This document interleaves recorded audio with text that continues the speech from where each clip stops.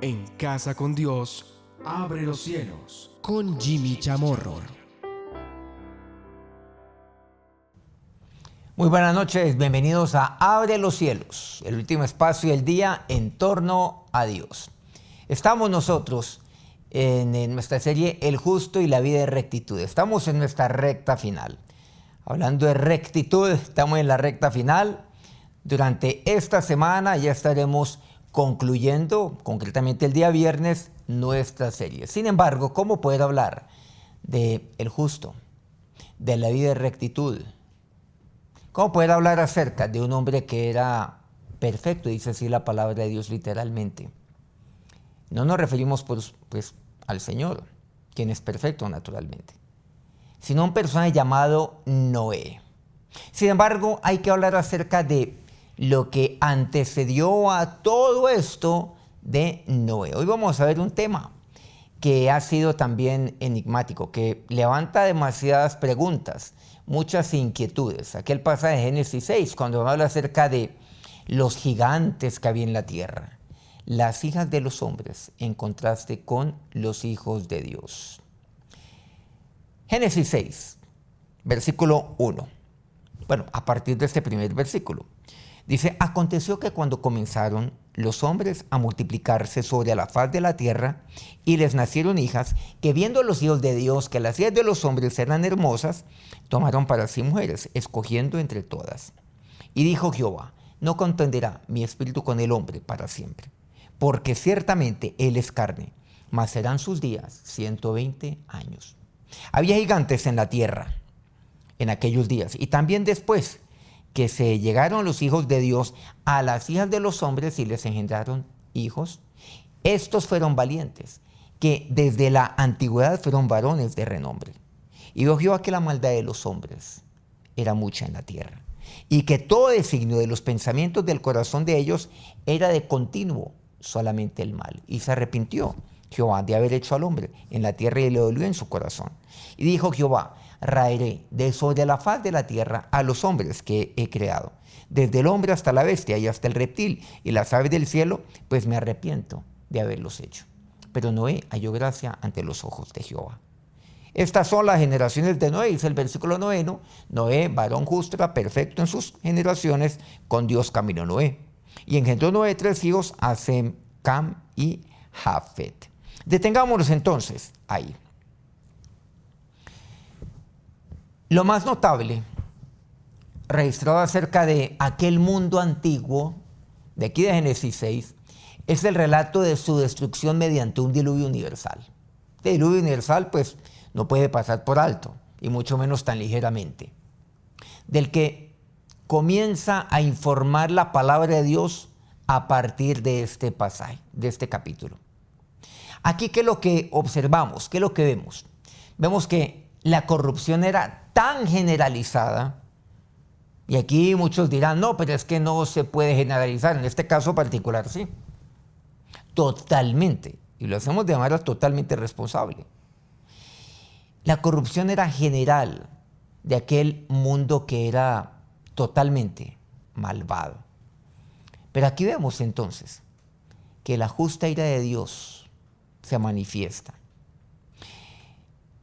Y aquí viene el propósito de acabar con todo lo que está sobre la tierra.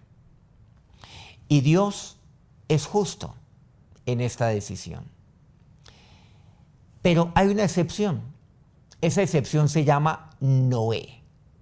Noé y su familia, sus 3 hijos, por supuesto Noé, su esposa, sus 3 hijos, la esposa que cada uno de ellos tenía, 8 en total. Con esto entonces, miremos ya lo que nos dice aquí este pasaje bíblico. Aquí se relatan 2 hechos ocasionados por la maldad del mundo antiguo. El primero de ellos viene el incremento de la población del mundo. Ahora, no nos confundamos. Obviamente que aquí vemos en Génesis 1:28 que eso es lo que Dios le dice, o sea, eso era una bendición y además que era un mandato por parte de Dios.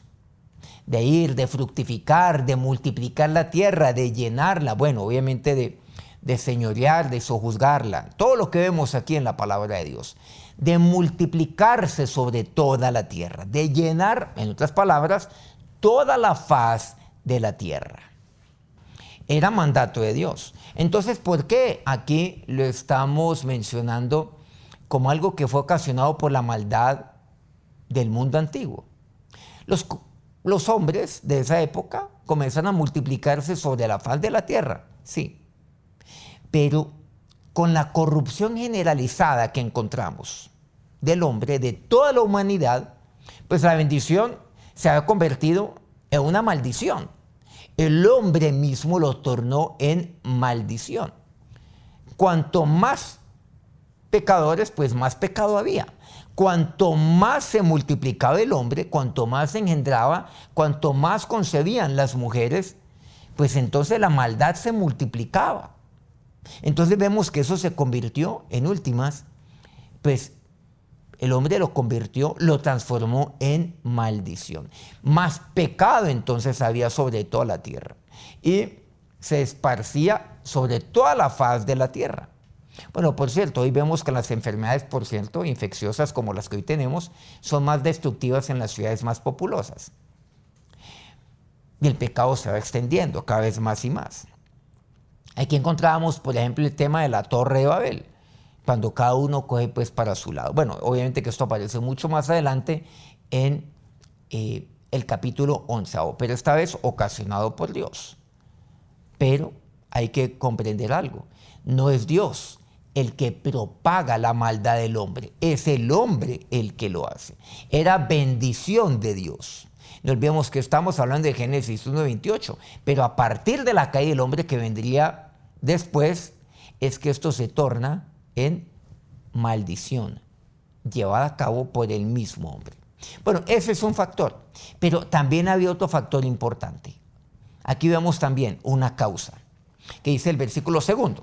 Recordemos aquí lo que este pasaje nos dice, que viendo los hijos de Dios, que los hijos de las hijas de los hombres eran hermosas, tomarán para sí mujeres, escogiendo entre todas. Lo que hablamos de los matrimonios mixtos. Bueno, ¿a qué se refiere eso como matrimonio mixto? Bueno, hoy en día esto tiene cierto tipo de connotación, pero veamos literalmente a la luz de lo que dice este pasaje. Los hijos de Dios tomaron por esposas a las hijas de los hombres, es decir, tomaron por mujeres aquellas que seguían las creencias profanas y extrañas a Dios, aquellas que no tenían ninguna, aquella creencia, ningún temor de Dios, creencias sin piedad alguna. Los hijos de Dios tomaron por mujer a este tipo de personas, a las hijas de los hombres. Los hijos de Dios, las hijas de los hombres. Recordemos que Adán y Eva tuvieron a Caín y Abel. Tuvieron muchos hijos más y muchas hijas más, relata la palabra de Dios. Sin embargo, hay un tercer hijo que aquí me menciona, por supuesto. Después de la muerte de Abel viene Set. A través de Set vendría entonces la respuesta de Dios y se cumpliría la profecía con respecto a que a través de su descendencia vendría entonces para nosotros otra oportunidad. Vendría bendición para nosotros por medio de Set. Y recordemos que por medio de Set podríamos decir es que se cumpliría el pacto que más adelante veríamos, el pacto de que Dios hizo con Noé, el pacto davídico, el pacto con nosotros que se cumple por supuesto en Cristo Jesús. Pero mirando nuevamente el tema de Set, las hijas de Dios, los hijos de Dios tomaron para sí las hijas de los hombres. Se fijaron en ellas, vieron que eran hermosas. Entonces, ¿qué es lo que vemos? Que la descendencia de Set, o sea, la posteridad de Set, no se guardó a sí misma como debía haberlo hecho, sino que ellos comenzaron a mezclarse, podríamos decir, con la descendencia de Caín, con aquella descendencia que había sido maldecida, que era la de Caín. Entonces ellos no se guardaron, se mezclaron, podríamos decir. Tomaron para sí mujeres y escogieron entre todas. ¿Qué es lo grave de estos matrimonios? ¿Qué es lo grave? Veamos aquí algunos puntos de estos matrimonios mixtos. los hijos de Dios hacían la elección de mujer al ojo. O sea, vieron que eran hermosas, dice así. Eso era todo lo que importaba. Podía ser la más hueca de todas, podría ser la más sin sentido, podría ser aquella que no tiene temor de Dios, pero el hombre a partir de ahí, porque antes no tenemos registro de ello, comenzó a fijarse en la mujer únicamente por su aspecto físico. Mire lo que aquí dice, vieron que eran hermosas. O sea, el ojo fue lo que comenzó a determinar. Recordemos que Dios mira, es el corazón del hombre. Entonces el hombre básicamente basó su decisión en eso. Miren la necesidad del hombre, o sea, ahí no había otro criterio, ahí no funcionaba esto, ahí no funcionaba el conocimiento, no funcionaba el conocimiento que pueda tener el temor de Dios, ahí no pesaba el si amaba a Dios o si no lo amaba, no importa, no, está linda, uy, está hermosa, ay, no, así es como me la recetó el médico, dicen algunos, no, esa es la mamá de mis hijos, solamente con verla, sin siquiera oír su voz. Esa es la decisión del hombre, que se toma hoy en día. Pues eso fue lo que ocurrió exactamente allí. ¿Cuál puede ser la consecuencia de todo ello? Miren que a partir de ese momento vemos que eso ocurre en muchas de nuestras culturas, es algo generalizado. Y miran de arriba para abajo, ay no, pues qué maravilla, con base en lo que se ve. Y hoy encontramos matrimonios precisamente en crisis. Hombres en crisis, mujeres en crisis. Las mujeres también. Y he enfatizado esta parte. Mujeres entonces que hoy en día, bueno, aquí sí no podemos generalizar, pero hay muchas de ellas. Y en eso encontramos nosotros que tenemos una sociedad que cada día más y más presiona hacia ello, presiona a las mujeres, presiona a las niñas, a que únicamente eso es lo importante. Qué cosa tan terrible. Inclusive sus padres así lo hacen. Y cuando hay mujeres que se enfocan en ese sentido, ¿qué es lo que ocurre? Pues va pasando el tiempo, van pasando los años. Seguramente ya no es tan agradable al ojo como lo eran antes, pero tiene otros valores inclusive mucho mejores. Pero como eso ya no les importa a los hombres, ¿qué es lo que sucede? Entonces aquí vemos también los hijos de Dios, terribles. La mujer de los hombres, las hijas de los hombres también. Y el uno en crisis, el otro también, matrimonios en crisis. Pero también, ¿qué vemos aquí? Que pusieron por obra la elección que habían hecho sus corrompidos afectos. Y finalmente, ello tuvo fatales consecuencias para aquellos que se habían unido a este tipo de mujeres sin temor de Dios. En yugo desigual con los incrédulos, como dice 2 de Corintios 6:14. Y aquí vemos algo.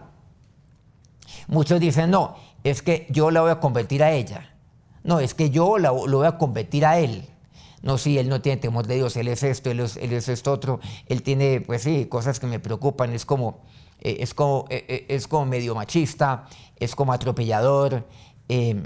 Sí, a veces es duro, me habla fuerte aquí, me habla acá, a veces me respeta, pero yo lo voy a cambiar. Miren, el malo termina corrompiendo al bueno antes que el bueno reforme al malo. Pero aquí también vemos, ya siguiendo con este tema, pasando al versículo 3, que es manifiesto el desagrado de Dios. Y aquí vemos algunos puntos importantes. El desagrado de Dios no se hace esperar. Y aquí hay 3 puntos que manifiestan el desagrado de Dios. El primero, la resolución de Dios de no contender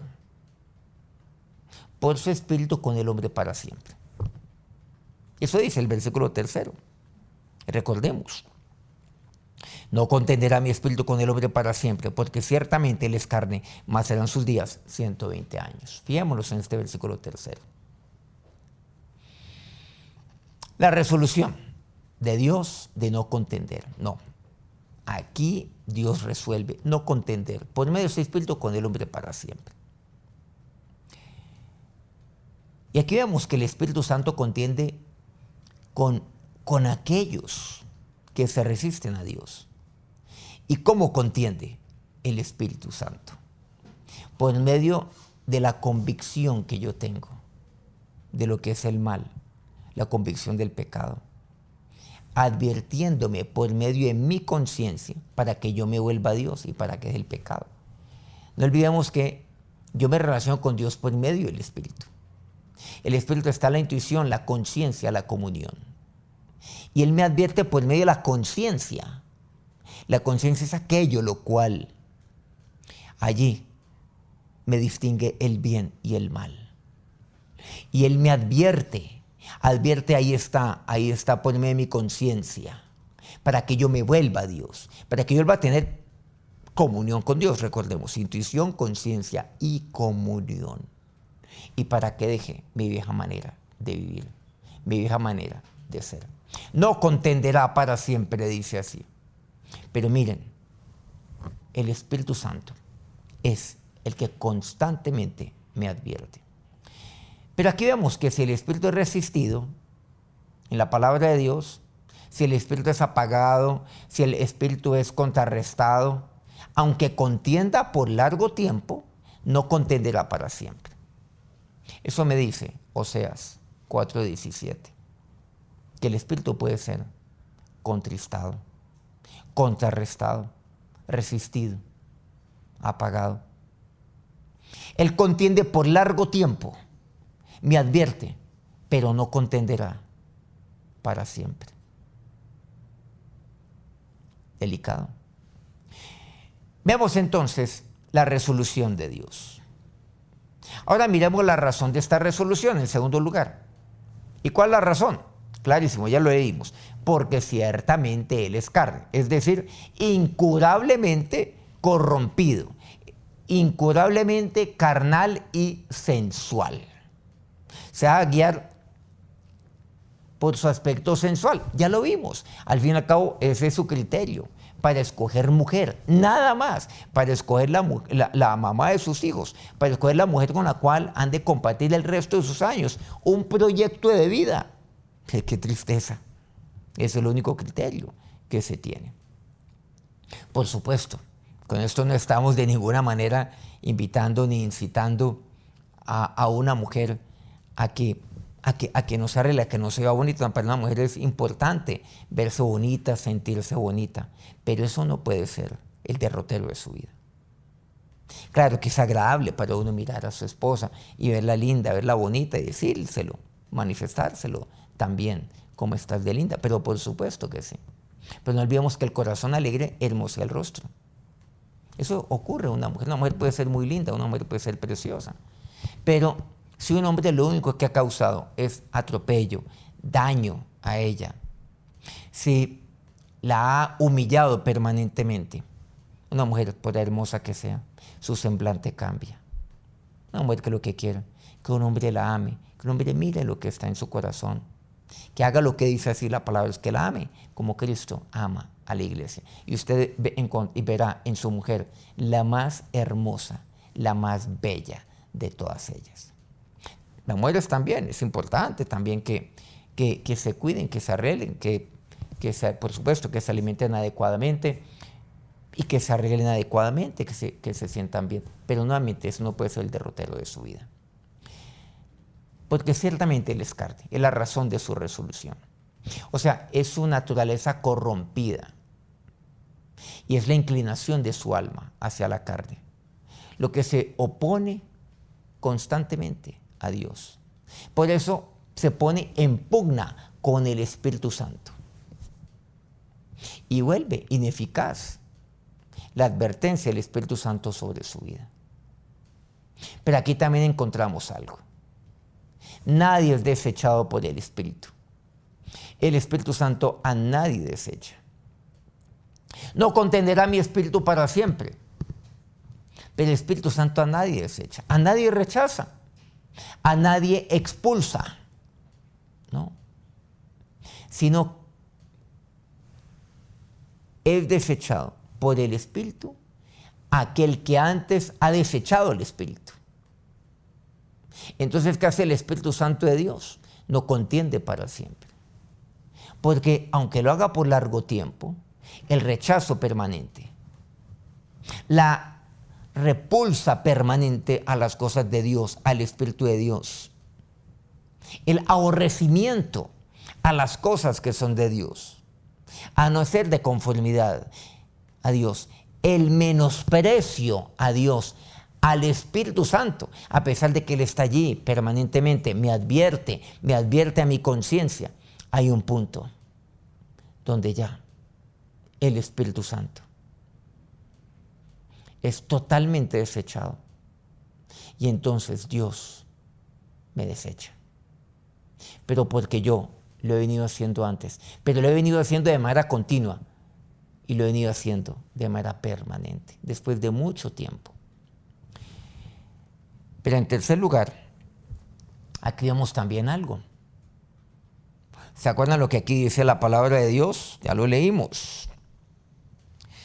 Versículo 3. Mas serán sus días 120 años. Así culmina este pasaje del versículo 3. Serán sus días 120 años.